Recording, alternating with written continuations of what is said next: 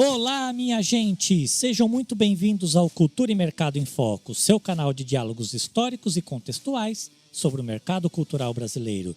Depois de um breve período de férias, estamos de volta. Sim! E hoje estamos trazendo um tema que está se tornando cada vez mais essencial para produtores e patrocinadores de projetos socioculturais. O ESG, sigla para Environmental, Social and Governance, que em tradução livre para o português significa meio ambiente, social e governança. Aqui quem vos fala é Marcel Vitorino, sou um homem branco, cis, careca por falta de opção e usando uma camiseta preta. E junto comigo estão Daniele Torres, sócia do Cultura e Mercado, e com duas convidadas especialistas no assunto, Renata Mondelo e Sulamita Moreira. Meninas, sejam muito bem-vindas ao nosso podcast, já agradecendo de antemão. E eu quero começar o nosso papo perguntando a todas: quem são vocês na fila do espetáculo? Dani? Olá! Bom dia para quem é de ouvir podcast durante o dia, boa tarde para quem é de tarde, boa noite.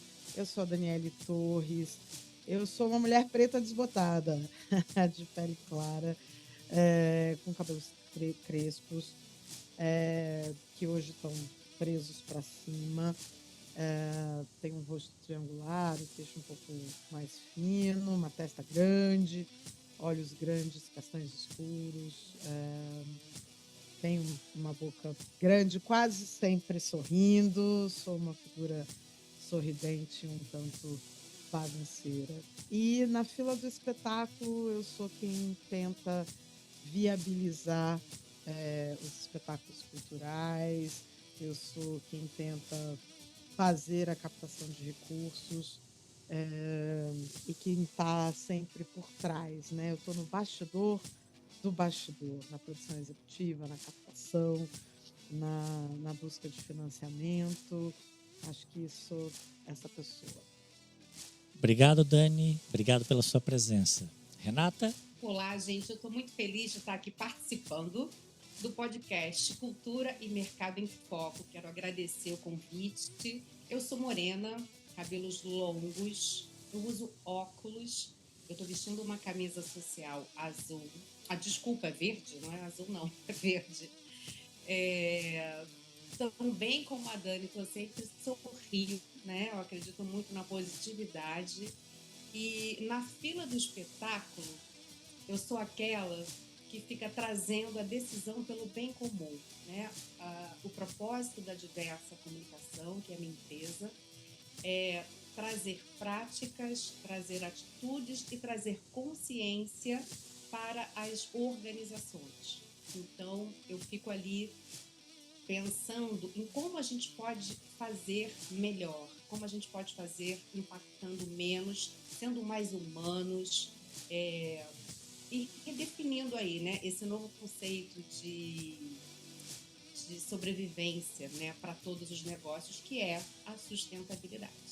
Muito obrigado, Renata, pela sua presença. E Sulamita? Bom dia, boa tarde, boa noite. Obrigada, Dani, pelo convite. Eu sou uma mulher branca, de cabelos compridos, lisos e escuros. Estou também vestindo uma blusa verde, um pouco mais clara, que é da Renata.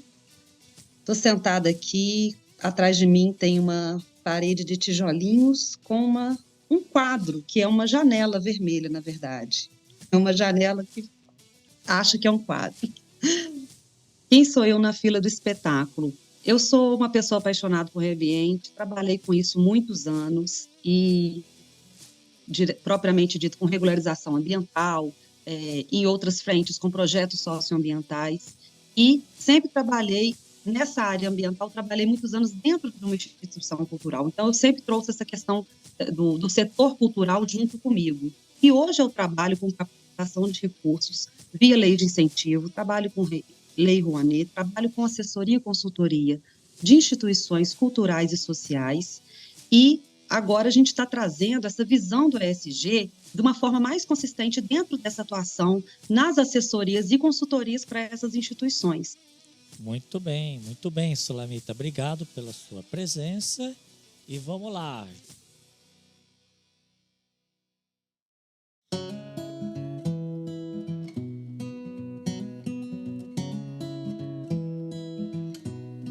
Já vamos começar aqui com uma pergunta bastante interessante para esquentar a nossa conversa do podcast aqui. Para vocês três, por que falar de ESG, uma sigla tão vinculada ao universo empresarial, no podcast Cultura e Mercado em Foco? Quem se habilita a começar respondendo essa pergunta? Bom, primeiramente porque a gente não vive hoje sem falar de ESG. ESG é sobrevivência. A nossa sobrevivência é do nosso planeta. E o mais importante é que a Unesco reconhece a cultura como um eixo transversal da sustentabilidade. Eu agora não me lembro se foi em 2012 ou 2013 ou 2014, talvez a Dani possa me ajudar nisso, mas a Unesco reconheceu a cultura como um eixo da sustentabilidade. Então, não tem como falar de uma coisa sem falar de outra. Você trouxe 2 pontos essenciais, né? Acho que é a sustentabilidade de todos nós, afinal de contas, estamos falando da nossa vida no planeta, da nossa existência. E é claro que,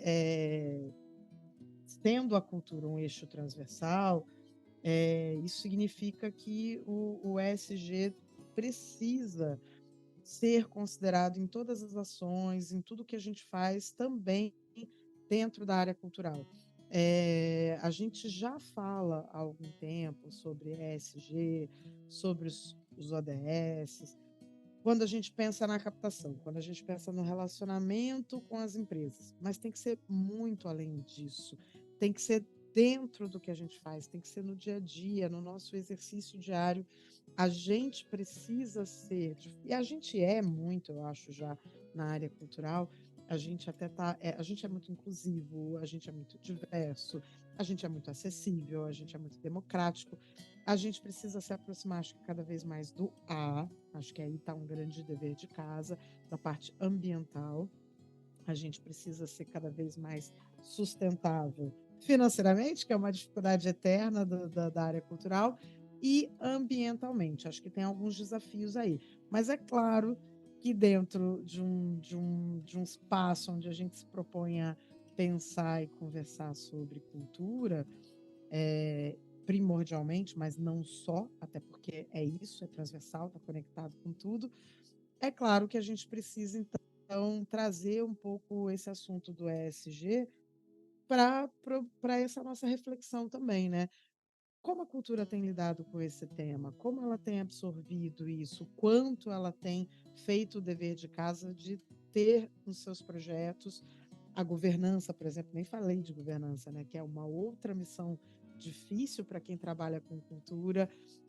Como é trazer essas 3 letrinhas para o fazer diário de quem trabalha e lida com cultura?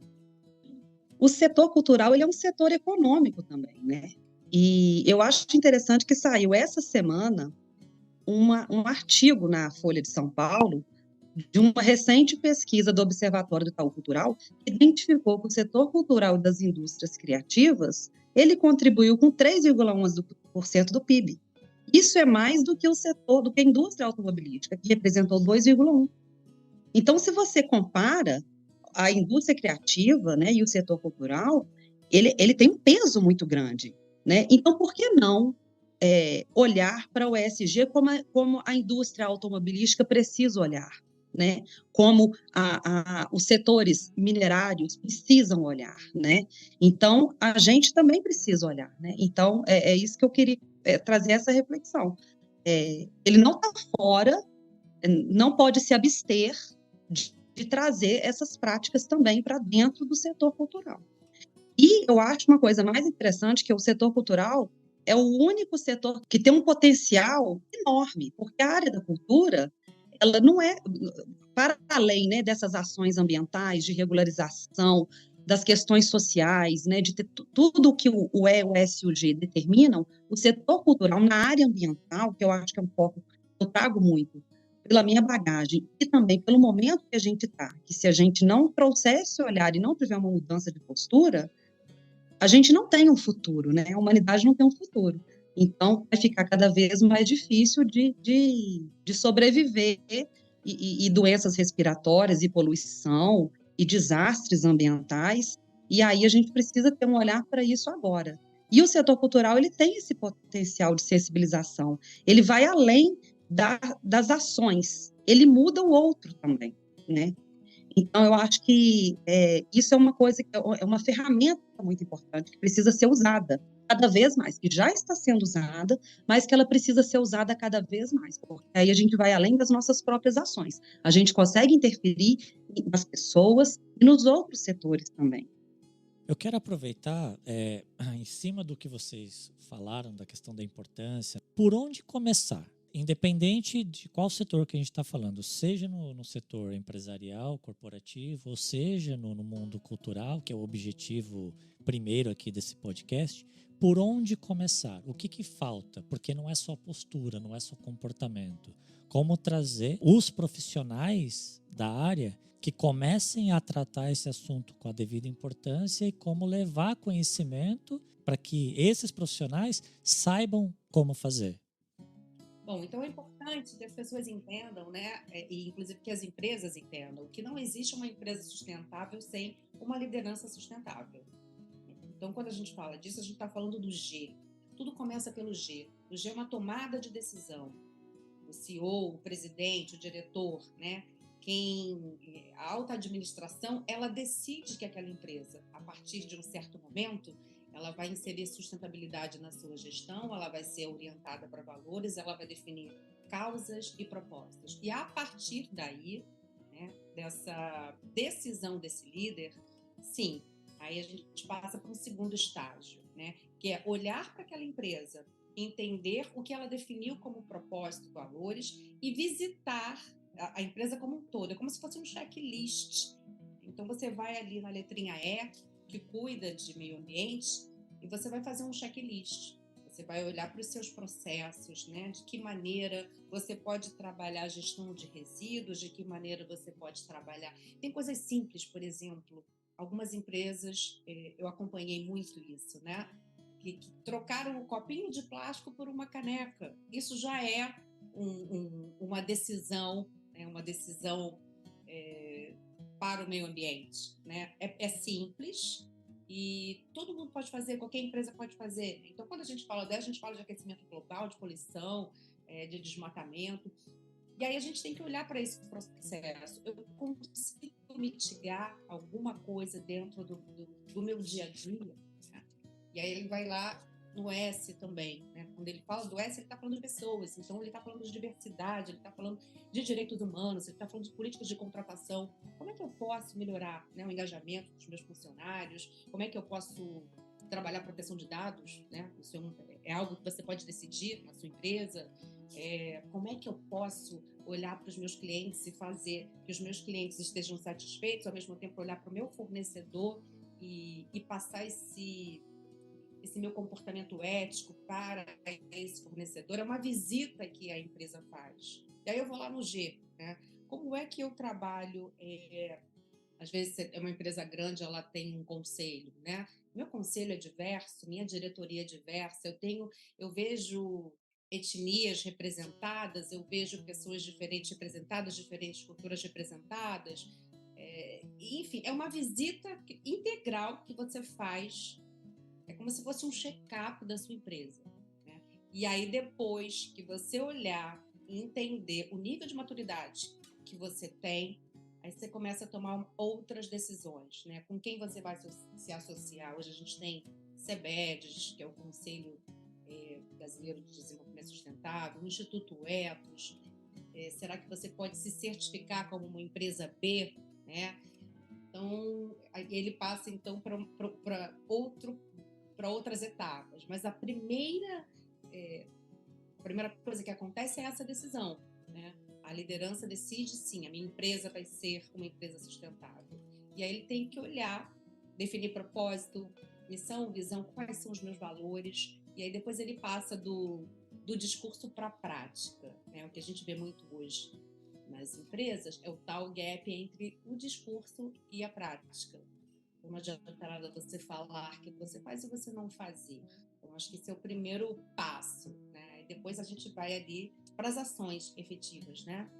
Eu acho que a cultura, ela tá muito ligada aos temas do ESG, né? A Renata falou do todo ali, né? De como uma empresa pode, de fato, se conectar ao ESG. E aí, pensando no fazer cultural, eu acho que a gente já está ligado a muitos desses temas do ESG, né? A gente já tende a ser uma economia um pouco mais limpa, com um olhar mais atento para o social, a gente já impacta muito em inclusão, em diversidade, mobilidade social, mobilização social, em desenvolvimento. Mas eu acho que tem aí uma contradição que o setor fala e discute ou reflete pouco sobre o ESG. Então, como a Renata trouxe essa coisa de que começa na liderança e tal, eu ia pedir que vocês comentassem e avaliassem isso. Eu acho que você pode pegar o bonde daí, Sulamita. Então, eu queria justamente trazer assim essa visão para dentro das instituições culturais, né? Porque muitas vezes a gente às vezes está falando de grandes equipamentos culturais que conseguem fazer programas, conseguem talvez ter uma consultoria que vai implementar ações que sejam muito efetivas e ele vai atingir os objetivos dele e o que ele quer fazer em ESG, em implementação de ESG dentro da instituição. Mas tem também aqueles produtores culturais ali da quebrada e aquelas pequenas instituições que não têm o recurso, que não conseguem enxergar como vão fazer essa mudança dentro da sua instituição que é tão pequena e sobrevive com tanta dificuldade. E aí eu queria trazer, era isso, né? O que a gente pode fazer? A gente lá no festival Cultura e Sustentabilidade, que a gente fez na Cinemateca Brasileira agora, no mês passado, no início desse mês, na verdade, houve muito esse questionamento, né? O que eu posso fazer, né? Sem investimento, sem recurso? Por onde começar, né? E aí, o que eu posso dizer é isso, você precisa, o que a gente pode fazer, além de tudo isso que a Renata trouxe, que é muito importante também, mas você parar e analisar o ambiente onde você está, a comunidade onde você está inserido, buscar parcerias para desenvolver práticas socioambientais. Tem muitas pequenas ações, como a Renata falou, de uma simples mudança do copo de plástico para uma caneca individual, que a pessoa vai usar só aquela, até outras muitas ações que você pode desenvolver em parceria, que vão reduzir o seu impacto socioambiental de uma forma também muito eficiente. Por exemplo, às vezes eu quero implementar uma gestão de resíduos aqui na minha instituição, aqui na minha produção, no que eu faço, mas não tem coleta seletiva, eu não consigo fazer eu não consigo levar até ponto de coleta, mas olha a comunidade que você está. Se você fizer uma campanha, se você trabalhar junto a outros grupos sociais organizados dentro dessa mesma comunidade, é possível fazer uma campanha e vocês vão achar uma parceria com uma cooperativa que vai buscar, porque vai ter volume para buscar. Não vai ser só da sua instituição, só de onde você está, né? E muito importante também, como a Renata falou de governança, mas é você vir de cima, né, ser uma decisão, uma tomada de decisão, mas você envolver toda a equipe, desde a pessoa que faz a limpeza, especialmente quem faz a limpeza, são as pessoas que sabem melhor como funciona tudo aquilo ali, todo o processo dentro da sua instituição. Trabalhar com todo mundo tem que ter uma transversalidade. O setor, a questão, o ESG, ele tem que ser transversal. Ele não pode ser um setor ali fechadinho no cantinho da sua instituição. Ele tem que passar por todas as áreas da sua instituição. Eu acho que essa questão da transversalidade do ESG dentro das organizações culturais é bastante interessante, porque eu acho que a gente tem dois extremos na gestão cultural, né? Você tem organizações que são muito pequenas, quase equipes, como eu costumo brincar, né? São muito pequenininhas, você tem uma, duas, três pessoas, ou, né? Enfim, pode ser um pouco mais, mas são organizações muito pequenas. E a gente tem instituições muito grandes, como orquestras, como museus, como fundações de grande porte, que tem equipes gigantescas, com centenas de pessoas, e aí a tendência é um pouco departamentalizar, né?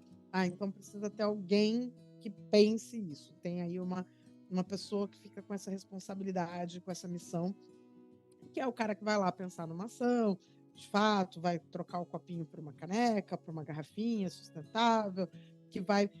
Mas você não contamina ainda, o que eu vejo, pelo menos, posso estar errada de alguma forma, mas o que eu tenho sentido é que ainda não tem uma contaminação desse espírito ESG dentro das organizações culturais. E aí da pequena à grandona, sabe? Tá, não importa o tamanho. Ainda está faltando um pouco. Eu vejo muito se falar sobre o ESG pensando na conexão com um patrocinador, com uma empresa grande, né? Com aquele que vem, que é um grande patrocinador, e aí pensar, ah, não, a gente é um projeto, a gente tem um projeto que é inclusivo, que tem pessoas com deficiências, ou pessoas pretas, ou é afirmativo, né? Enfim. E aí você faz uma conexão ali com o S e chama atenção para isso na, numa apresentação, num discurso de venda. Mas eu não vejo isso nessa transversalidade que vocês duas estão destacando como algo muito importante que aconteça para que o SG de fato seja uma prática dentro daquela organização cultural. Então, o que eu vejo é isso, são, né, detalhes, algumas pequenas ações pontuais que são entendidas como ESG, de fato são, e aí são ressaltadas dessa forma, mas muito mais como uma estratégia de comunicação ou de captação, do que uma reflexão, um aprofundamento e uma busca de ampliar essa ação, essa prática ESG. Vocês concordam com isso ou eu estou viajando na maionese? Leidane, eu super concordo com o que você falou. E aqui na Diversa, né, quando a gente conversa com clientes maiores, eu vi muito essa história que você falou, tem uma pessoa que cuida disso. O que a gente tenta trazer para a empresa é dar informação, né, treinamento, para que a área de meio ambiente não seja responsável pela narrativa de sustentabilidade da empresa, porque eles colocam, isso é do pessoal do meio ambiente. Não, o meio ambiente, né, todo funcionário ele tem que ter propriedade dessa narrativa, né? Essa transversalidade ela tem que acontecer não só numa área específica, todo mundo tem que saber e se orgulhar e saber defender dizer a empresa que eu trabalho ela é responsável socialmente.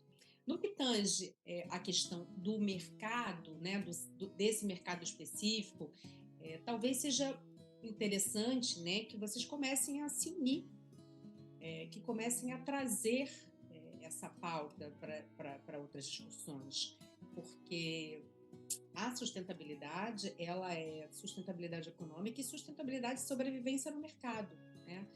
Então a gente já vê que os fundos de investimento buscam empresas que são responsáveis socialmente. Eles visitam os relatórios sociais e observam, né, até que ponto aquela empresa está se comprometendo, né, até que ponto ela está se autorresponsabilizando pelo que ela faz, quão transparente ela é, se o comportamento é ético, ela respeita os interesses das partes interessadas, né,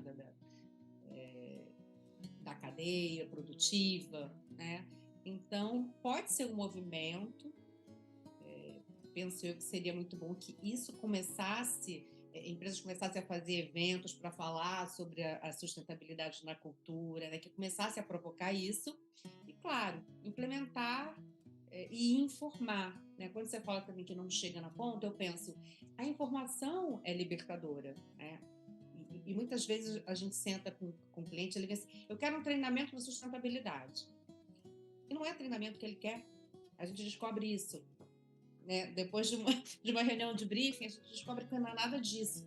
Você não precisa de treinamento agora, você não está nesse momento. A gente primeiro precisa informar o que é sustentabilidade para as pessoas precisam entender o que é ser uma empresa ESG, depois se enxergarem, porque se você pode acabar acarretando assim num problema. Você faz um evento desse, do jeito que você quer fazer, a gente sai com várias pendências, com compromissos que a gente não vai poder cumprir. Então, é pouco a pouco. Existe uma frase que eu gosto muito, que é feito é melhor que perfeito. Né? A gente dá um passinho. dá outro passinho, né? Vai fazendo conforme a gente pode, a partir de uma informação que a gente recebeu, e de repente quando a gente olha para trás, a gente andou, sei lá, né?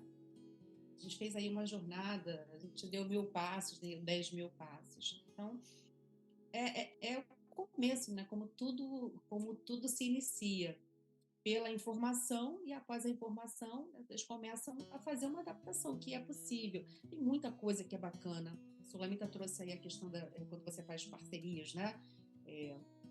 Eventos, a gente faz muito evento, né? Então, a gente está trazendo também essa questão da gestão de resíduos. Primeiro, a gente já não imprime mais num evento, a gente não quer fazer resíduo, mas se a gente tiver que fazer resíduo, a gente pensa em qual será a destinação. Então, então vamos trabalhar com madeira, que a gente depois pode fazer uma doação para um artista plástico, né, aqui, uma cooperativa ou para um artista.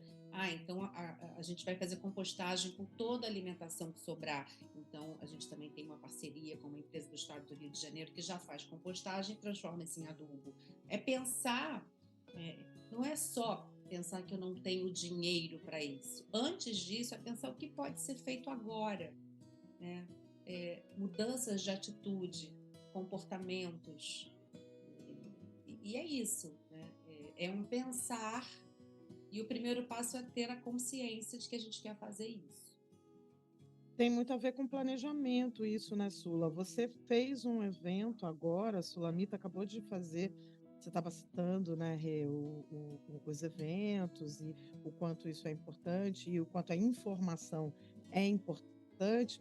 E aí eu queria fazer essa conexão com a Sulamita, que acabou de fazer um evento chamado Sustentabilidade e Cultura, justamente para levar a informação, né? Enfim, vou deixar ela falar mais sobre o próprio evento, porque eu acho que é bacana dar esse reporte, contar o que aconteceu, mas também ele procurava ter essa coerência. Então, o próprio evento foi pensado e planejado para ser um evento sustentável, né? Quer contar um pouco dessa experiência para a gente, Sula? Claro, isso mesmo, Dani. Desde o início, quando a gente começou a planejar esse evento, uma das primeiras questões que foram levantadas, especialmente porque a gente tem participado, né? A gente participa de alguns eventos, isso sempre me incomoda muito, né? Mas nem todo evento está falando dessa pauta, e isso realmente vai ficando de lado, né? As pessoas não se preocupam com coisas que são mínimas, às vezes é uma economia que não é relevante, mas não é pensado. Vamos fazer diferente dessa vez por causa disso, não é pensado, né? E uma das primeiras coisas que eu coloquei foi: nós temos que ser coerentes, né? Então, o material, não é necessário ter material, né, para ser entregue, mas tinha um crachá. Então, o próprio crachá ele foi feito em papel semente e foi informado, e lá atrás lá também do crachá está explicando o processo de plantio, está explicando qual a muda de qual planta que é, qual semente que é, e isso tem sido cada vez mais visto, né? É um avanço, mas a gente ainda tem muito que caminhar, né? Há muitos eventos a gente participa e a gente vê um excesso muito grande de material sendo entregue, né?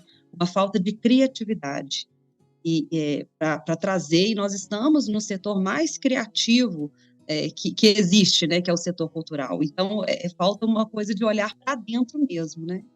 E foi muito bacana essa experiência no Festival Cultura e Sustentabilidade. A gente trouxe um pouco sobre economia criativa, né, e indústria criativa, um pouco sobre a questão da legislação cultural, né? Veio o Enilton do MINC, falou, o Fábio Sesnick também, e a gente falamos de ESG, né, com a Bia Gurgel, com empresas que estavam patrocinando também, trouxeram esse olhar do peso que tem quando a instituição coloca o cumprimento lá de algum dos objetivos de desenvolvimento sustentável, né, da Agenda 2030, e isso foi interessante, quando a Renata estava falando, eu me lembrei do termo que a Bia usou numa palestra que ela deu, que foi o greenwash. A lavagem verde, você só coloca a estampa, mas você não está fazendo, né? E esses exemplos que a gente trouxe justamente, né, na pergunta anterior que a Renata colocou e eu quis trazer também, foi para falar que é possível você fazer, né? É possível você fazer sem investimento de recursos, sem muito investimento, é simplesmente uma mudança de postura. A partir de agora, eu trabalho assim, né? Se você for pensar, é simples, não é tão difícil, né? Teve uma coisa incrível, só para complementar e para os nossos ouvintes saberem, né, para quem não esteve no evento, que eu achei uma sacada super interessante, simples, né? Bom, obviamente não tinha nada de plástico, era tudo copo, né? Enfim, xícara, enfim, taça normal de vidro, de louça, etc, de cerâmica. Mas na hora que serviram ali um pequeno coquetel, até o próprio potinho era comestível, né? Então era uma cumbuquinha, digamos assim, com ali mixed nuts e tal. E a cumbuquinha era uma coisinha, uma casquinha de biscoito, tipo uma casquinha de sorvete, uma coisa assim, que era comestível também. Então, acho que é isso, é um repensar, né? E às vezes a gente fica um pouco preso, ai, não, isso vai custar mais dinheiro e tal. Porque você economizou comprando copinho plástico, imprimindo folder, imprimindo cartaz, faixa, banner, tarará, você usa para fazer esse. É uma questão de repensar. É por isso que eu falei, acho que a questão do planejamento, né, de trazer o ESG no planejamento é muito importante, né? Parar para pensar. É isso mesmo, Dani. E eu vou trazer aqui, eu não sei se vocês têm conhecimento, mas existe uma ISO para eventos sustentáveis, que é a ISO 20121. Né? Então, vou deixar aqui para vocês pesquisarem depois.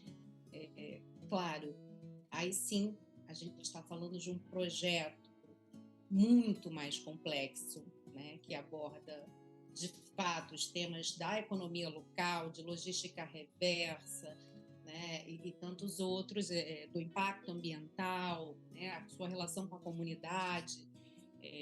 Mas é possível. O próprio Rock in Rio hoje ele é um evento certificado. Ele tem a ISO 20121. São poucos eventos ainda no Brasil que tem esse selo, mas, enfim, já é um grande avanço. Ô Dani, só complementando que também no festival a gente fez também a neutralização dos gases, né? A gente fez a compensação das emissões por meio de crédito de carbono. Eu queria aproveitar que a Renata comentou sobre ISO. Eu estava pensando aqui como fazer essa ligação. É legal que você já comentou, Renata. A gente sabe que tem a série 20.000 da ISO que trata sobre sustentabilidade. E tem uma outra série da ISO, que é a 26.000, que fala sobre responsabilidade social.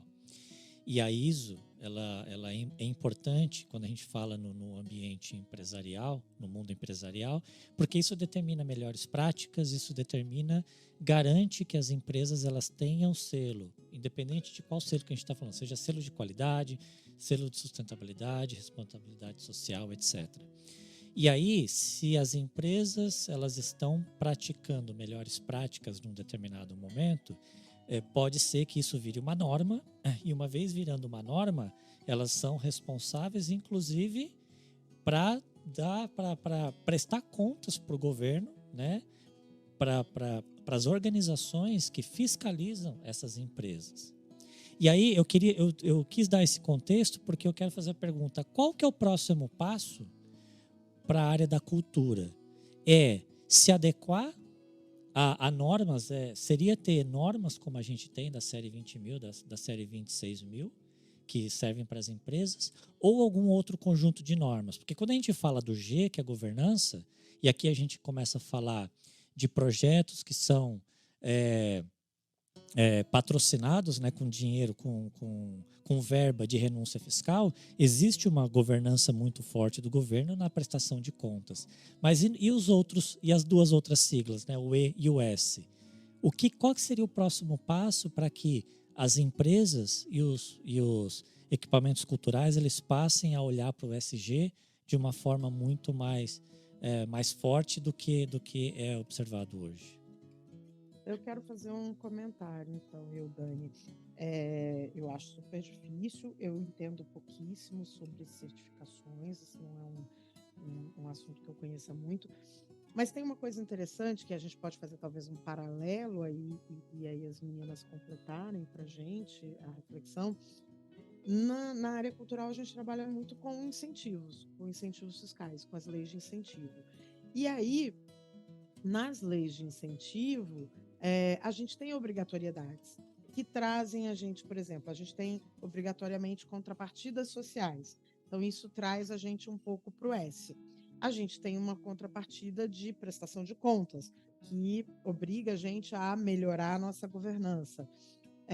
Não só na prestação de contas, mas uma série de documentações, comprovações de realização, análise de resultados e tal.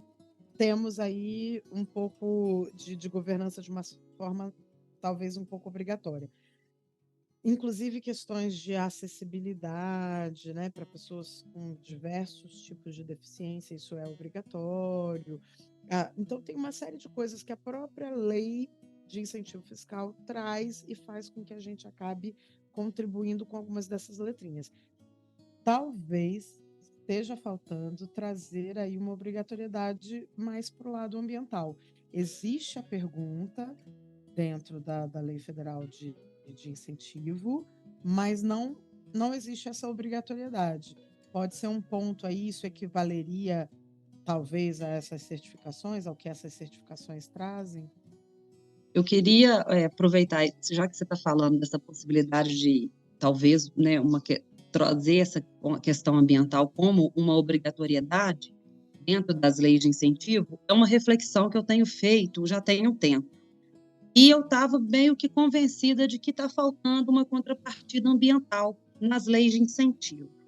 Mas, procurando saber mais sobre essa possibilidade, como seria possível trazer isso para dentro de uma lei de incentivo, já que a gente já tem tanta dificuldade, por exemplo, com a acessibilidade, e tem trazido essa questão para alguns projetos de uma forma que muitas vezes fica até inviável, né, de ser executado. E aí, como que você vai trazer uma contrapartida ambiental? Então, assim, eu acho que funcionaria, talvez, como uma forma de sacudir o setor, né? Como o Marcel está pensando, talvez uma certificação, mas talvez seja interessante, mas tem que ser muito bem costurado, de uma forma que não onere o projeto, não onere a instituição e não traga empecilhos para a execução dos projetos que a instituição pretende executar. Isso não pode ser um dificultador, né? Tem que ser um facilitador. E, no momento hoje, as instituições, de forma geral, principalmente as pequenas, as menores, eles não estão preparados para isso. Eles não têm essa visão ainda dessa transversalidade, das possibilidades que eles têm, às vezes estão ali, mas eles não conseguem enxergar. Então, eu acho que a gente tem que dar um passinho atrás primeiro e focar na profissionalização do setor para com essas questões, para com o ESG, no entendimento, na educação, né? Então, isso tem que ser uma coisa que tem que ser trabalhada primeiramente na base do setor, para depois a gente chegar no momento que a gente vai poder cobrar uma contrapartida ambiental, né? Para as pessoas, para essas instituições estarem preparadas para trazer isso dessa forma, sem dificultar e sem inviabilizar nenhum projeto e nenhuma execução. Eu acho perfeita a sua colocação, Sulamita. Por isso, né, que eu falo sobre a comunicação. A informação é tudo. A informação liberta você. A partir do momento que você recebe essa informação, você começa, então, a planejar, a parar para pensar, a pensar como é que você vai fazer diferente, né? Até que aquilo vai virar um hábito. Como são as coisas, como é o rumo natural das coisas, né? E aí, você e Dani falando sobre essa questão, trabalha muito com eventos e agora essa ISO, né, acho que trouxe um certo conforto para o setor de eventos. Mas quando a gente fala de produtor cultural, esse aculturamento que você coloca, talvez ele começasse até mesmo pelos ODSs, né? Vamos visitar os ODSs, vamos tentar trazer pelo menos, né, 4 ODS, enfim, algum exercício, porque, claro, dependendo do negócio, do tipo de negócio, você vai estar mais afim, né, para um ou para outro ODS. Mas é importante, talvez seja assim, começar atrelando as ações aos ODS. É o feito mais que perfeito, né? Muito bom. Acho que essa questão da informação está permeando aí um pouco a nossa conversa. E aí já pode, Marcel, você autoriza assim um momento propaganda em que a gente diga assim: olha, teremos cursos sobre ESG no Cultura e Mercado, teremos. Fica à vontade, Dani. Não, eu estou brincando aqui porque, lógico, vale a gente chamar atenção para esse ponto. Acho que a informação, o aculturamento, a conscientização, tanto o que a Renata falou quanto o que a Sulamita trouxe, acho que tem muito a ver um pouco com o papel do cultura e mercado nessa história, né? E isso para a gente é muito importante. Mas fiz a brincadeira aqui do momento merchandising, propaganda, mas eu queria fazer uma pergunta que vai um pouco, acho que talvez até além da informação e da formação, e que tem também a ver, ainda tem uma conexão forte com essa questão que a gente estava falando das certificações, mas também vai além, que é algo mais profundo, que são as políticas públicas, né, em relação a isso, a sustentabilidade. Queria provocar vocês aqui para falar de bons exemplos de políticas públicas no Brasil, né? A gente está avançando nessa pauta de ter políticas públicas para a sustentabilidade. Então, respondendo, né, a sua pergunta, Dani, eu acho que sim. Eu acho que isso tem sido visto com outros olhos agora, principalmente com a mudança de gestão, né, do país. E é legal você falar isso agora, porque a gente teve uma discussão ontem e hoje sobre isso, né? Eu acompanhei uma discussão num grupo sobre um recurso que o Ministério da Justiça está passando para o Ministério da Cultura para investimento em cultura em territórios com altos índices de violência e vulnerabilidade social. E a gente acabou de falar da importância da educação nessa mudança de postura do setor, né? Então, os lugares que a gente tem um espaço cultural, que a gente tem educação, principalmente nesses territórios, a gente melhora o índice de violência, a gente melhora a condição da vida das pessoas, né? Então, assim, esse é o futuro do país, né? As crianças que estão lá, que estão se beneficiando, as pessoas que estão participando. É importante ter investimento na formação é importante, precisa ter uma revolução na educação técnico-profissional, porque a educação técnico-profissional hoje, ela está muito focada por exemplo, no setor automobilístico, ela está muito focada, e eu comentei isso no início da nossa conversa, que o setor da economia criativa, ela contribuiu mais com o PIB do que muitos outros setores. Então, a gente percebe que está tendo um olhar diferente para isso, está tendo um investimento nisso, e eu acho que é um caminho, né? Está começando a gente ter políticas públicas mais focadas nessas questões, sim. Quando a gente fala de um tema tão importante como esse, não tem como que as coisas funcionem se não tiver políticas públicas robustas e bem estruturadas para que a coisa flua e que esse aculturamento ele acabe contagiando, vamos chamar dessa forma, né, a população. E aí eu queria dar um exemplo aqui de política pública, não do Brasil, mas que alguns deputados estão tentando trazer, que é olhando para a área de moradia. Existe uma política muito interessante lá na Alemanha, muito focada em Berlim, que o governo ele compra os imóveis que estão abandonados, né, na cidade, e eles destinam esses imóveis para moradores para pessoas em situação de rua.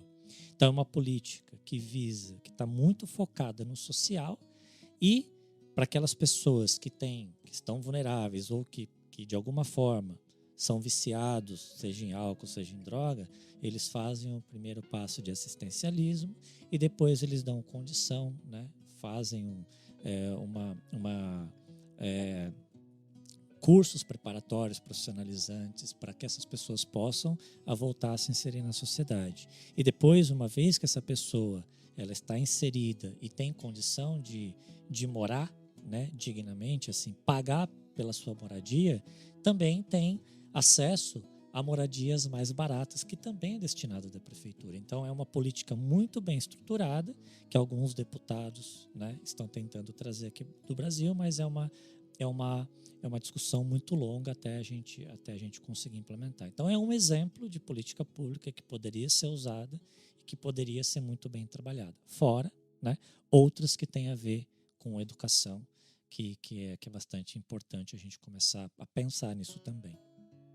Marcelo, você falou sobre cidades sustentáveis, né? Então, assim, o ESG no setor público, eu não tenho infelizmente eu não tenho muitos exemplos para trazer para vocês de políticas públicas, mas o meu entendimento do ESG no setor público é que as premissas do ESG, se a gente parar para pensar, elas se confundem bastante, né? Acho que com as obrigações do Estado, porque quando você vai visitar a Constituição e você vai falar do Estado de Direito, a gente está de novo lá falando do direito de ir e vir, né? De melhores condições de moradia, de acesso à educação. A gente está falando de ESG. Então, quando você traz isso, eu vi alguns exemplos muito bacanas num evento que eu participei online, né, sobre cidades sustentáveis, né, que aí vai desde a locomoção até o acesso à moradia, o direito de ir e vir com segurança, né, quando a gente fala de cidade sustentável, né, e como é que eu tenho também meu direito de existir, né, basicamente, né, a gente sabe de muitas realidades aí de muitas cidades que a pessoa ela existe apenas, ela não vive, né? Então, tocou num ponto bem importante. E é importante, né, esse ponto, né, Renata, porque não é à toa que as ODS fazem parte da ONU. Não, nada é por acaso, nada é à toa, tudo está atrelado, né? As ODS vieram depois das ODMs, né, que eram Objetivos do Desenvolvimento do Milênio. E aí depois vieram os ODS. E hoje a gente está com uma revisão até 2050.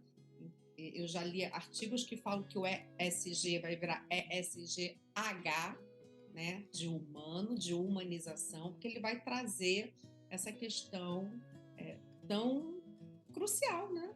Se a gente não cuida do ser humano, como é que vai ser o planeta? Ele é o dono da casa, somos os donos da casa, né? É verdade, não dá para a gente pensar em nenhum, nem no S, nem no E, nem no G, se não tiver alimentação adequada na mesa de todo mundo, se você está preocupada com a violência onde você mora. Então, assim, é muito complicado a gente tentar trazer uma visão socioambiental, um projeto, para um lugar com a vulnerabilidade muito grande, né? As pessoas estão preocupadas com outras questões, com questões palpáveis, com questões que elas enfrentam no dia a dia, né? Então, eu acho que as políticas públicas elas precisam investir nessa base, nas pessoas, né? Em arrumar a casa primeiro. Mas a gente não pode esperar isso acontecer, né? Então, tudo tem que caminhar em paralelo, né? Cada um na sua frente de atuação e cada um com o potencial que tem, né?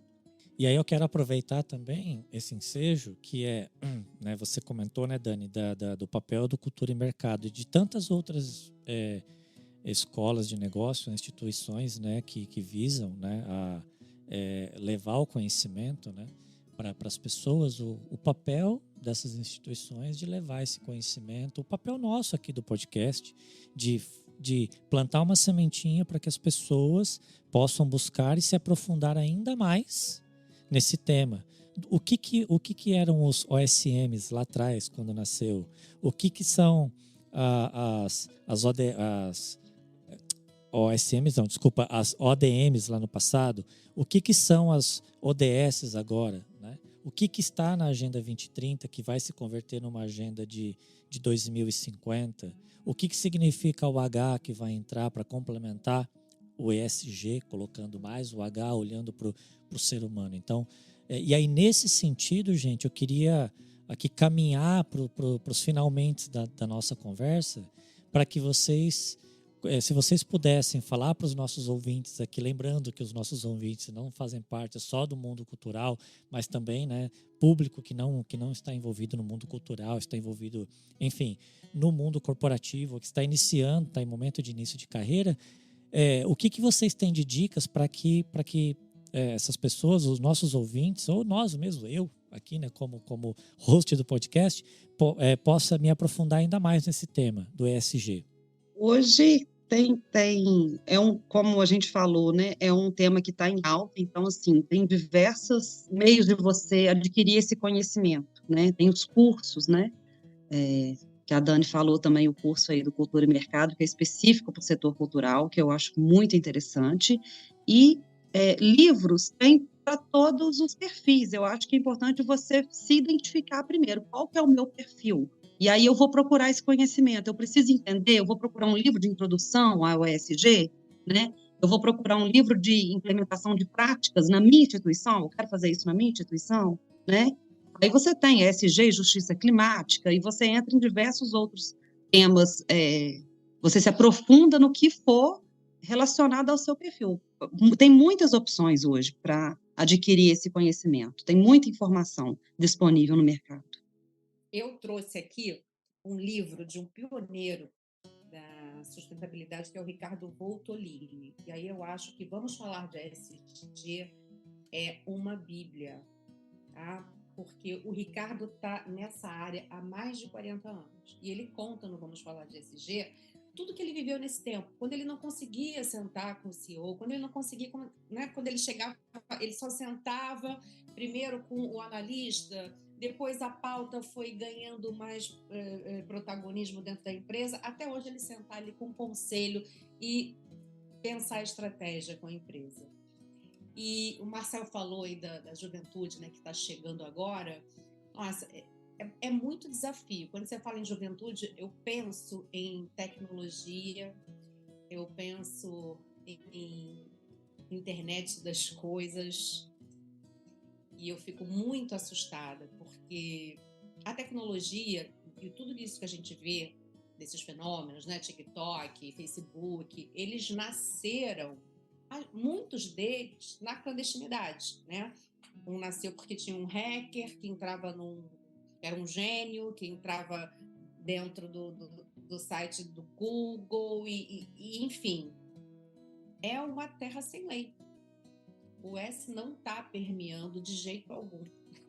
Então, quem pensar num trabalho sério, né? Quem quiser se debruçar sobre a ética das mídias digitais, é um mundo que ainda está sem legislação. Então, se hoje estivesse começando, eu trabalharia muito por aí, né? Porque as mídias digitais hoje são a ferramenta de comunicação mais poderosa, não há dúvida sobre isso. A gente viraliza algo de um dia para o outro e o mundo inteiro está vendo. Acho que a cultura deveria fazer uso desses mecanismos, e para essas pessoas que estão chegando agora, olhar para as mídias digitais com esse cuidado, né? Eu sempre falo isso. Responsabilidade social é cuidado. É cuidado com o meio ambiente, é cuidado com as pessoas, é cuidado com as decisões que eu vou tomar, é cuidado, antes de qualquer coisa. E respeito, né? E não é o que a gente vê nas mídias digitais, nesse mundo onde tudo pode, né? Mas, ao mesmo tempo, é um mundo que faz a comunicação acontecer. Então, queria fazer esse paralelo aí. Eu gostaria de ver, né, as políticas públicas, como vocês bem colocaram, mas eu gostaria de ver um cuidado especial com essas mídias digitais que podem destruir o mundo ou podem salvar o mundo, né? Eles estão tem essa dualidade. Temos um podcast, Dani? Eu acho que temos um podcast. Eu queria deixar nossas convidadas à vontade para fazer um comentário final, deixar uma dica, deixar uma mensagem, enfim. Apesar de que as duas já deram aí no final, mas é isso. Eu acho que por mim a gente tem um podcast, com certeza. E que podcast? Comentários finais, Renata, Sulamita, despedidos dos nossos ouvintes, fiquem à vontade. Queria agradecer, foi muito bacana ter participado e falar que isso é mais uma iniciativa, esse podcast é uma grande iniciativa, né? A Cultura e Mercado está sendo aí pioneira com esse curso de ESG voltado para o setor cultural. O setor precisa entender o que é isso para conseguir aplicar e porque é o momento, né? E é isso, muito obrigada, adorei, espero voltar mais aí. Até a próxima. Dani, quero agradecer muito pelo convite de estar aqui com você nesse podcast, Cultura e Mercado em Foco. Eu acompanho o trabalho do Cultura e Mercado há muitos anos. Admiro demais o trabalho que vocês fazem, a contribuição que vocês fazem para o mercado da cultura. E me colocar sempre à disposição, né? Sempre à disposição que vocês precisarem, que vocês quiserem. Foi um prazer, foi uma delícia. É bom aprender, é bom contribuir e fazer essa construção coletiva, né? Muito obrigada mais uma vez e espero que vocês gostem do nosso papo. Eu só tenho a agradecer vocês duas pela participação, pela disponibilidade. Sula, então, né, que a gente chamou em cima da hora, a gente estava com essa pauta super a fim de fazer há um tempão, e aí não rolou, enfim, mil questões de agenda, aí por isso a gente fez meio que uma mini férias do podcast, deu um intervalo maior, então super obrigada, Sula, por atender nossa convocação, foi quase uma convocação. Renata, parceira de sempre, obrigada, e vamos fazer mais conversas sobre isso com vocês, porque com certeza é um tema que rende e que acho que a gente pode explorar várias outras facetas. E Marcel, obrigada mais uma vez também. Pois é, pessoal, chegamos ao fim. Quero agradecer por terem passado esse tempo conosco e por terem escutado os episódios anteriores. Quero aproveitar e pedir para vocês divulgarem o nosso podcast. Vamos fazer a roda girar? Indiquem o podcast para 5 amigos e peçam para que eles façam o mesmo. Dessa maneira, chegaremos aos ouvidos de muita gente e isso é muito importante para nós. Se eu fosse vocês, não deixaria de escutar o próximo que está imperdível. Logo, logo, teremos mais um encontro, nessa mesma hora e neste mesmo local. Um grande abraço, beijos e tchau!